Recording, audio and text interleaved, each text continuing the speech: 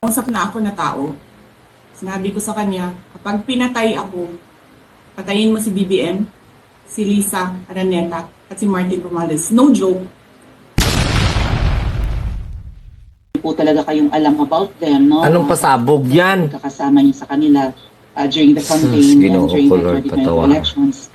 Baka po mamaya kasi totoo yung mga naririnig namin or yung, I don't know if it's true, na meron daw silang Operation Romanovs and baka bala kayong ubusin ang inyong pamilya dahil hadlang kayo sa kanilang mga balakin in the future. So mag-iingat po kayo.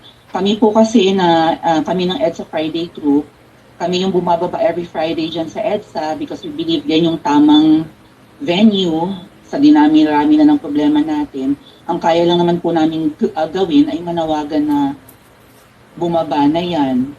Eh ano po kaya ang remedy naman ninyong mga nasa posisyon or ng mga kayang labanan itong napakarami na pong ginagawang korupsyon at krimen laban sa taong bayan? Ano po ang pwede nyo maging remedy para matapos na ito, lalo't nagsisigaw na po ang taong bayan na mag-people power? Dapat punta ka na sana sa EDSA. Sa security ko.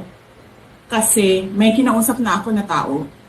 Sinabi ko sa kanya, kapag pinatay ako, patayin mo si BBM, si Lisa Araneta, at si Martin Romales. No joke. No joke. Nagbilin na ako, ma'am. Dapat papatay ka pala mga ngayong gabi. Sabi ko, huwag ka tumigil na hanggang hindi mo mapatay sila. Tingnan daw natin kung may mapapatay sa'yo. Yes. Ay, Ginoo ko, Lord. Kita nyo na mga DDS. Buang. Ano, ma'am?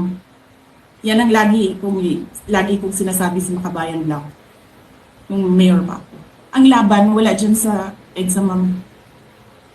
Wala dyan sa mga highway. Bakit kinukupay nyo ang EDSA? Laban naman doon sa loob ng palasyo.